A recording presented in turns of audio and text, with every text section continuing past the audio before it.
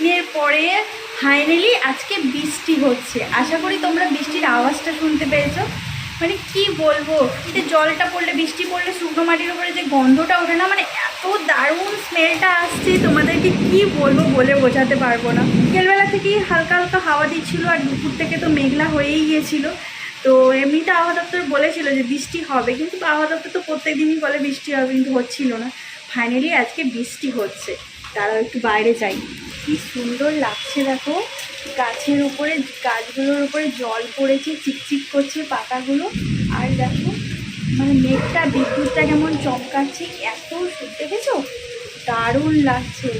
আর কি সুন্দর ঠান্ডা হাওয়া আসছে, আকাশটা দেখো কি সুন্দর, তাই না? বিদ্যুৎ চমকাচ্ছে। তোমাদের দাদাভাই এখনও আসেনি, বেরিয়ে পড়েছিল, আমাকে ফোন করলো, কিন্তু মনে হয় বৃষ্টির জন্য কোথাও আটকে গেছে। আমি ফোনটা ট্রাই করছিলাম, ফোনে লাগছে না। হয়তো ডিগি, গাড়ির ডিগির মধ্যে রেখেছে হয়তো, ওই জন্য নেটওয়ার্ক নেই হয়তো।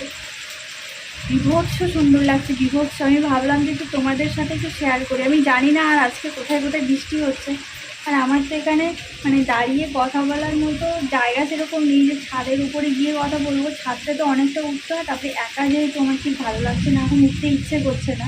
তাই ভাবলাম কি চলো এইখানটায় বেরিয়ে অন্তত তোমাদেরকে একটু শেয়ার করি। এত ভালো লাগছে দেখো, বিদ্যুৎটা চমকাচ্ছে, দারুণ লাগছে। অনেক দিনের পরে ফাইনালি, মানে অবস্থা খারাপ হয়েছিল, হাঁসফাঁস হাঁসফাঁস করছিল, ফাইনালি বৃষ্টিটা দিয়েছে। কি শান্তি।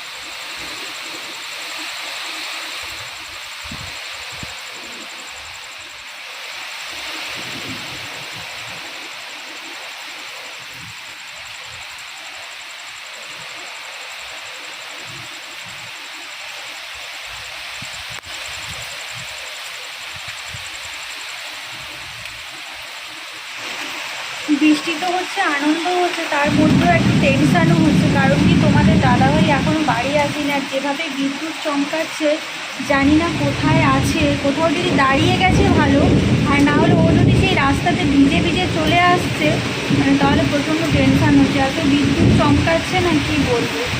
প্রচণ্ড হাওয়া দিচ্ছে, প্রচণ্ড হাওয়া। মানে আমার এখানটায় একটু ঘেরালো বলে হয়তো তোমরা বুঝতে পারছো না, নাহলে কিন্তু প্রচুর হাওয়া দিচ্ছে।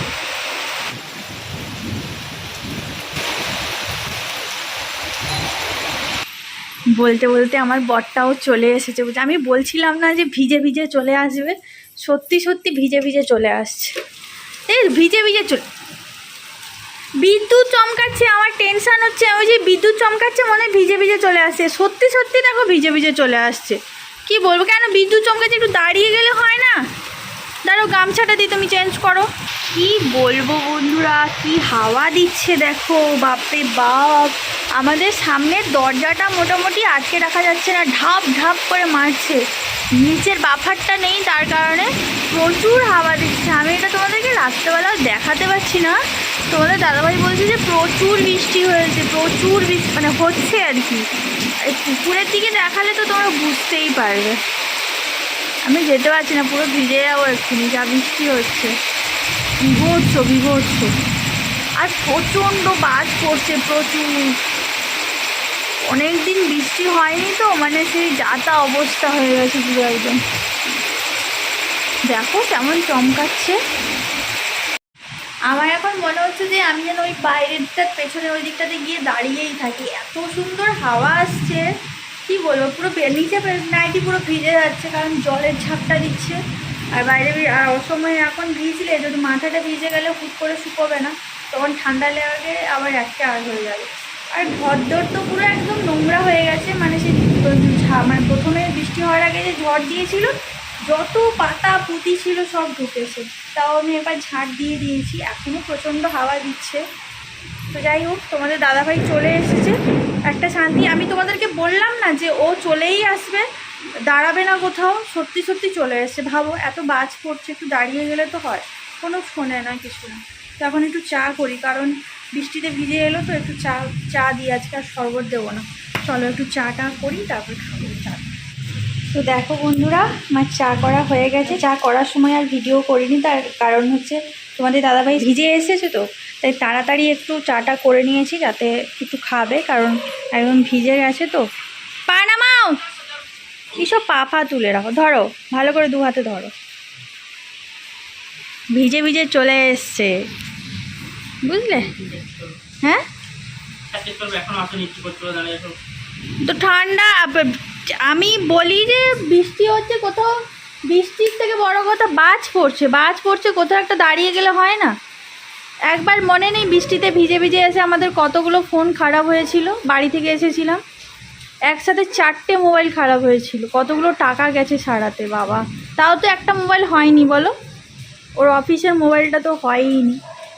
যাই হোক, আর এখানে তোমাদের দাদাভাই কি কি নিয়ে এসছে সেগুলো আমি তোমাদেরকে দাঁড়াও একটু পরে দেখাচ্ছি, চাটা খেয়ে নিই। তো গুড ইভিনিং বন্ধুরা, বেশ মজা লাগছে, আর কুকুরগুলো দারুণ এনজয় করছে।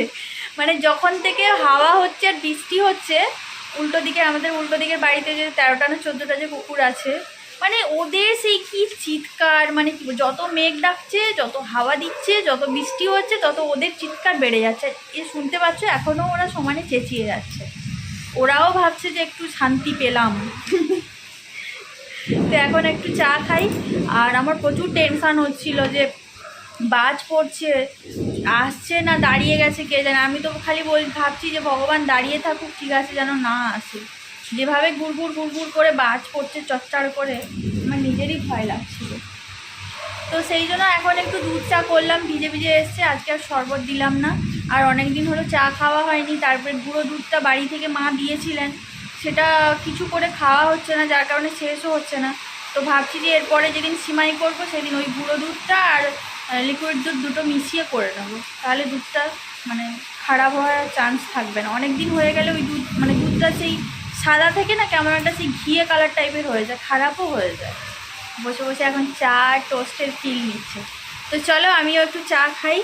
আর আমি কিন্তু কন্টিনিউয়াসলি ঘেমে যাচ্ছি। আর দেখো, আমরা কিন্তু এখন ফ্যান চালাইনি, দেখো ফ্যান পুরো বন্ধ। বলো, হাওয়া দিচ্ছে, বাইরের হাওয়াটা এত সুন্দর, তাই বাইরের হাওয়াটাই ফিল করছি। ফ্যান চালালে বাইরের হাওয়াটা গায়ে লাগবে না, ওই জন্য ফ্যানটা বন্ধ করে রেখেছি। দেখো তোমার দাদা, ই বাবা, পেপারে দেখো জল, এই দেখো এগুলো লেবু। এ বাবা, তুমি এই কাগজিগুলো নিয়ে এসছো কেন? এগুলো রসই বেরোয় না, শুধু মোটা ছাল, কাঁচা তো। এগুলো আরও বড় হবে, এরা শুধু পয়সার জন্য না এই ছোট ছোট, দেখতে পাচ্ছ এবার শক্ত, বেকার নিয়ে এসছো। তার থেকে দুটো পাতিলেবু নিয়ে আসতো অনেক ভালো। কালকে যে আমি পাতিলেবুগুলো নিয়ে এসছি ওগুলো কত ভালো। হ্যাঁ, এগুলো 5 টাকা পিস নিয়েছে। হ্যাঁ, যাই হোক, এগুলো তুমি এতগুলো কাটলে হয়তো 2 চামচ রস বেরোবে। যাই হোক, এই লেবুগুলো বড় হলে তখন রসও বেরোয়, ভালো হবে। এই যে দেখো, বউ খেতে ভালোবাসে, আমার বড় খেতে ভালোবাসে, তাই নিয়ে এসছে। কি বলো তো বন্ধুরা? তাল শাঁস।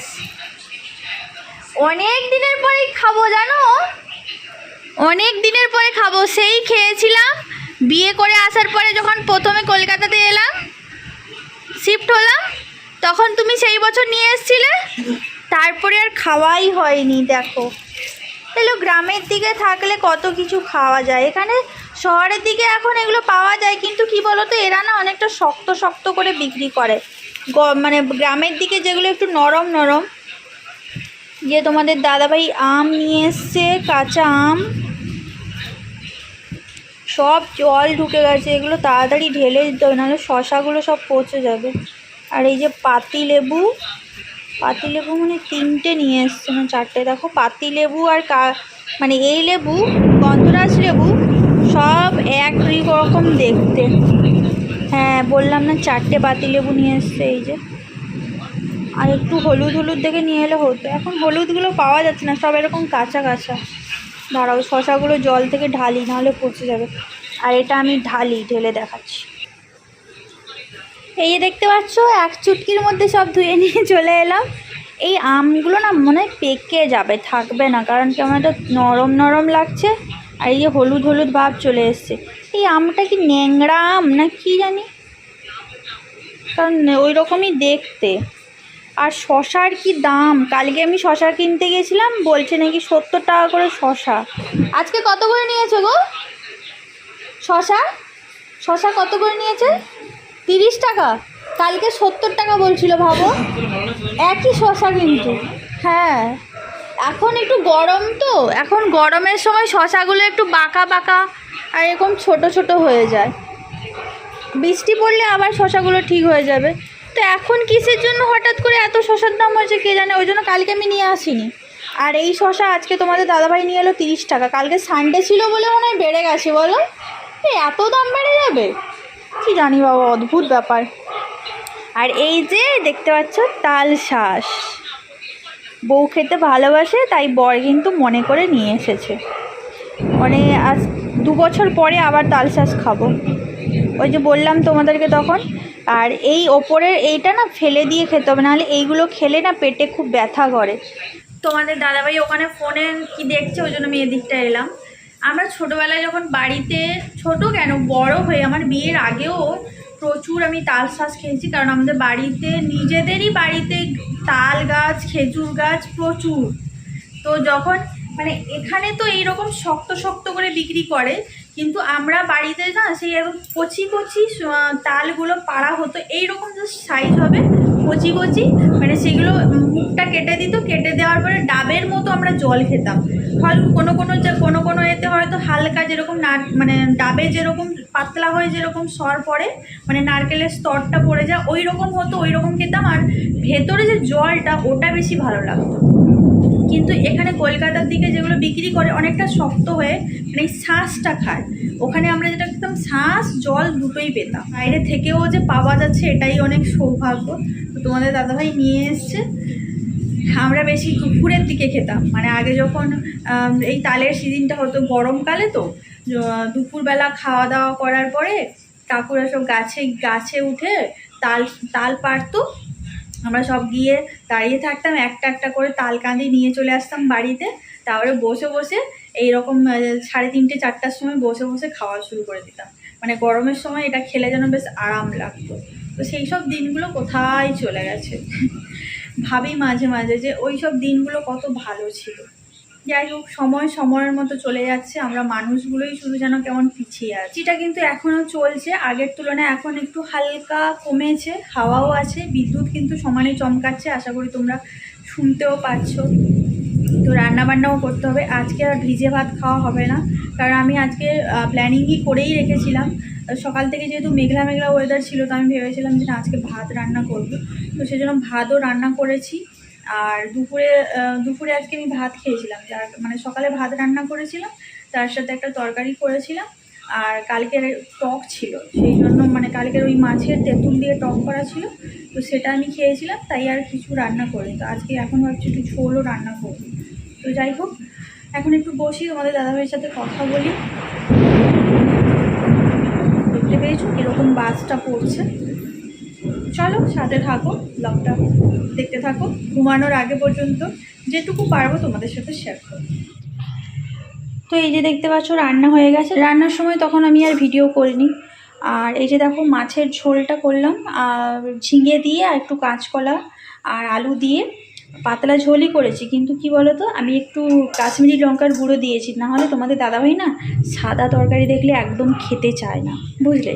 যখন দেখবে একটু লাল লাল দেখতে হয়েছে, তার মানে ভাববে যে এটা আদা রসুনের তরকারি হয়েছে, তো সোনা মুখ করে খেয়ে নেবে। হয়তো বুঝতে পারবে যে জিরের ঝোল, কিন্তু কালারটা দেখে খেতে চাইবে, না হলে কিন্তু খেতে চায় না। আর এই যে দুপুরবেলা তোমাদেরকে বললাম, এই যে পুঁই শাক চিংড়ি মাছ দিয়ে তরকারি করেছিলাম, সেটা আমি অল্প একটু খেয়েছিলাম, আর খাওয়া হয়নি। আর আমার শাকটা অনেকটা রান্না হয়ে গেছিলো, তো এখন আবার এটাকে একটু গরম করে নিলাম। তো এটা যদি থেকে যায় রেখে দেবো, কালকে আমি সকালে খেয়ে নেবো। পুঁই শাক আমারও খেতে খুব ভালো লাগে, আর তোমাদের দাদাভাইয়েরও খেতে ভালো লাগে। আর তার উপর সাথে যদি চিংড়ি মাছ পড়ে যায়, উফ দারুণ লাগে। আর এদিকে হয়েছে ভাত। তো মোটামুটি এটাই হচ্ছে আজকের ডিনারের মেনু। আজকে অনেক দিনের পরে রাত্রেবেলা আমরা ভাত খাচ্ছি, না সেদিনও খেয়েছিলাম, সেদিনও তোমাদেরকে দেখিয়েছিলাম, সেদিন খেয়েছিলাম। আর আজকে ভাত হচ্ছে। আর যেহেতু টকটা এখনও ফ্রিজে রাখা আছে, কারণ ওই তেঁতুল টকটা আমি একটু করে রেখে দিয়েছি, কারণ তেঁতুল টক খেতে তোমাদের দাদাভাই ভালোবাসে। তো রাতে ভাবছি দেবো না ওটা, কারণ পুঁই শাকটা খাবে তো, তাই আমি আর টকটা দেবো না। ওই জন্য টকটা আর বের করে রাখিনি, ফ্রিজেই রেখেছি। বের করে রাখলে দেখতে পেলে বলবো আমাকে খেতে দাও, তো সেই জন্য আর বের করিনি। আর এই যেদিকে দেখতে পাচ্ছ গুচ্ছের সব বাসন পড়ে আছে, এই যে তখন চা খেয়েছিলাম সেগুলোও পড়ে আছে। আর এই যে রান্নার কড়াই, এগুলো একটু ধোয়াধুয়ি করে নিই।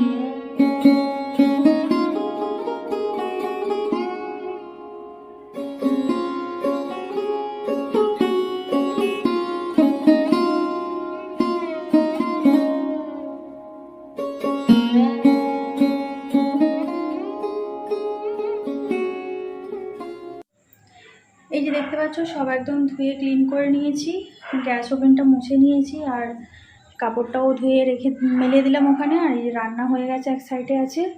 আর এদিকে দুটো কাপ আর গ্লাসটা ধুয়ে জাস্ট এটার উপরে রেখেছি। জলটা ঝরে গেলে তারপর আমি শোকেসের মধ্যে রেখে দেব। মোটামুটি রান্নাঘরের কাজকর্ম প্রায় কমপ্লিট হয়ে গেছে। আর এদিকে অনেকগুলো বোতল খালি হয়ে আছে, জলটা ভরবো।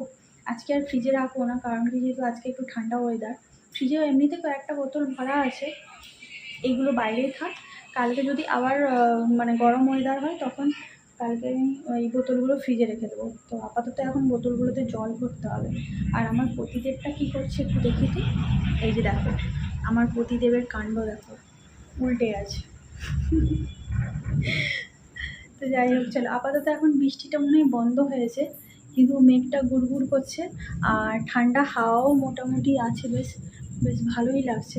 মেঘটা কিন্তু সমানে গুড়গুড় করছে, মনে হয় আবার রাতের দিকে বৃষ্টি হতেও পারে। আর এই যে আমি রান্নাঘরের কাপড়টা ধুয়ে কেচে এখানটা মেলে দিয়েছি, দরজাটা রেলিংটাতে মেলে দিয়েছি যাতে শুকিয়ে যায়।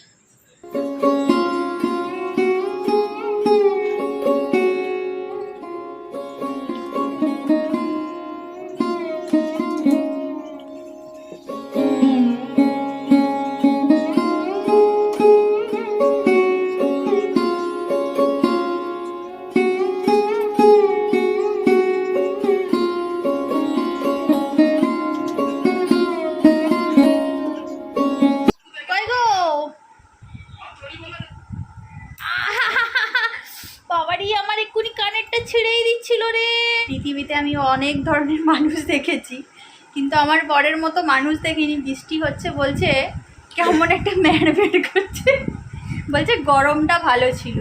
মানে লোকে সেই চাতক পাখির মতো হাঁ করে বসে আছে দুফোঁটা জলের আশায়, আর এই জল হতে বলছে বৃষ্টিটা হচ্ছিল না, গরম ছিল, ভালো ছিল। কি প্রবলেম হচ্ছে তোমার? খিদে পাচ্ছে না? ও খিদে পাচ্ছে না, তার জন্য দোষ হলো বৃষ্টির।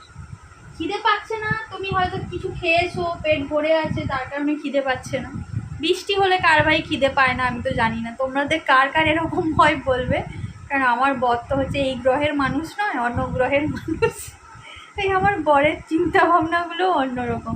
এই যে দেখো কোন ভাবনার দেশে ডুবে আছে এখন, সারাক্ষণ কিছু না কিছু এরকম করে ভাবতে থাকে। মানে কোন কোন ভাবনার দেশে যে চলে যায় আমি নিজেও জানি না। এই যে তাকিয়ে আছে, তোমরা হয়তো ভাবছো যে ক্যামেরার দিকে তাকিয়ে আছে বা আমার কথা শুনছে, একদমই নয়। ও কিন্তু চোখটা এরকমই আছে, কিন্তু মনটা অন্যদিকে আছে। 3 বছর সংসার করছি তো জানি, নারী নক্ষত্র সব বুঝে গেছি। লোকে 50 বছর সংসার করে বুঝে, আমি 3 বছর অনেক কিছু বুঝে গেছি। এতক্ষণ বৃষ্টি হচ্ছিলো, বেশ ভালো লাগছিল। এখন মানে কি বলবো, এত দারুণ দারুণ সুবাস আসছে সে আর বলার নয়। মানে রোদে তো সব শুকিয়ে গেছিলো, তার উপরে জল পড়েছে, এত সুগন্ধ, আমি কোথায় যাব বুঝতে পারছি না, মানে যত ড্রেনের পচা গন্ধ, যত পটি করেছে সেই পটিগুলো শুকিয়ে গেছিলো, তার উপরে জল পড়েছে, মানে কি বিচি গন্ধ পাচ্ছ না তুমি?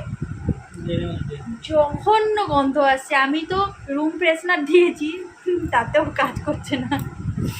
যাই হোক, চলো পরে আবার কথা হবে। রাতে ডিনার কমপ্লিট হয়ে গেছে। আর সত্যি কথা বলতে বন্ধুরা, আজকের ওয়েদারটা না কি বলবো, দারুণ ওয়েদার। বৃষ্টি কিছুক্ষণ আগে পর্যন্ত মোটামুটি টিপ টিপ করে পড়ছিল, এখন আপাতত বন্ধ, কিন্তু মেঘটা পুরো একদম ঠেকে আছে।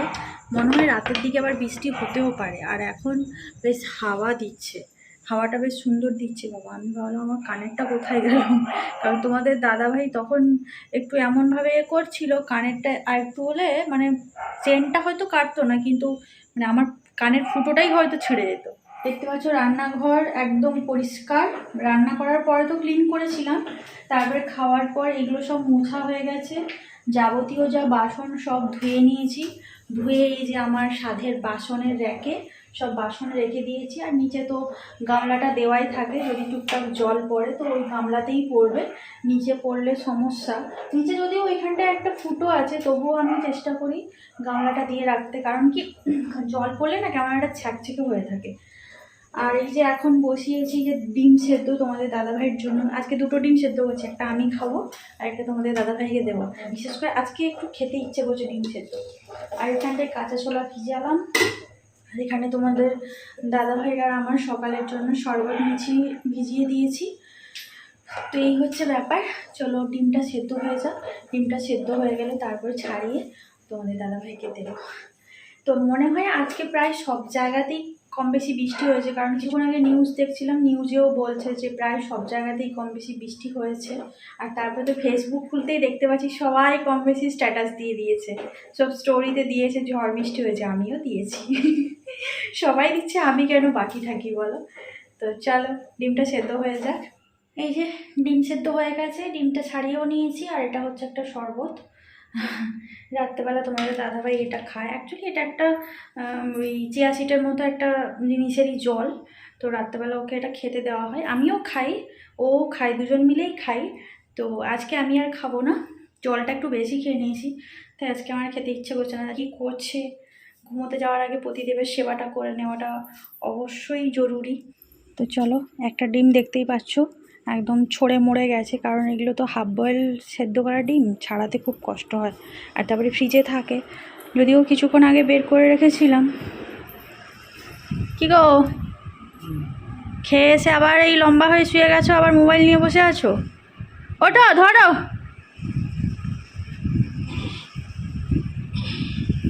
কোথায় বউ, একটু নিয়ে আস, এটা প্লেটটা ধরো।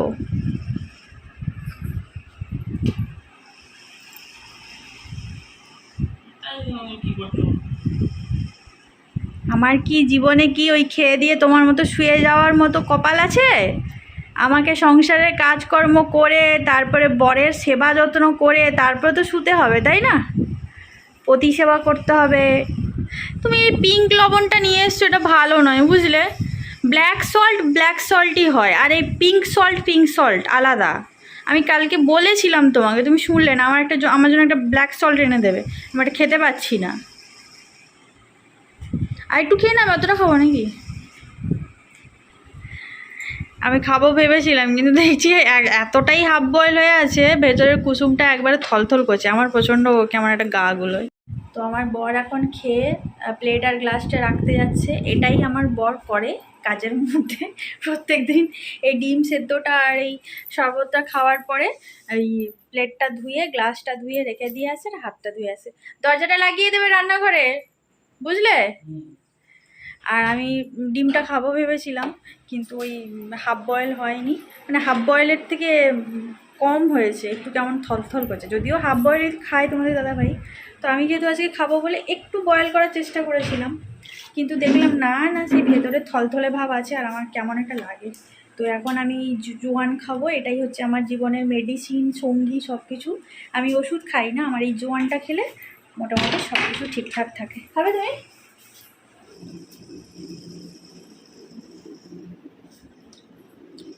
আমি মেডিসিনটা কম খাওয়ার চেষ্টা করি। জোয়ানটা খাওয়ার পরে জল খেয়ে নিলে মোটামুটি যদি গ্যাস অম্বল হওয়ার চান্স থাকে তাহলে আর হবে না। আমার বেশ ভালো কাজ দেয়। তো যাই হোক, চলো, ওয়েদারটা দারুণ আছে, তাড়াতাড়ি শুয়ে পড়বো, ঘুমিয়ে যাব। জীবনে আমার তাড়াতাড়ি শুয়ে গেলেও তাড়াতাড়ি ঘুম আসে না, তবু আজকে চেষ্টা করবো তাড়াতাড়ি ঘুমিয়ে যাওয়ার। তো চলো, আজকের ব্লগটা কেমন লাগলো অবশ্যই কমেন্ট করে জানিও। যদি ভালো লেগে থাকে তাহলে অবশ্যই লাইক, শেয়ার অ্যান্ড সাবস্ক্রাইব করে দিও। আজকের মতো সবাইকে tata, bye bye, good night. দেখা হচ্ছে পরের দিন আবার একটা নতুন ব্লগের সাথে।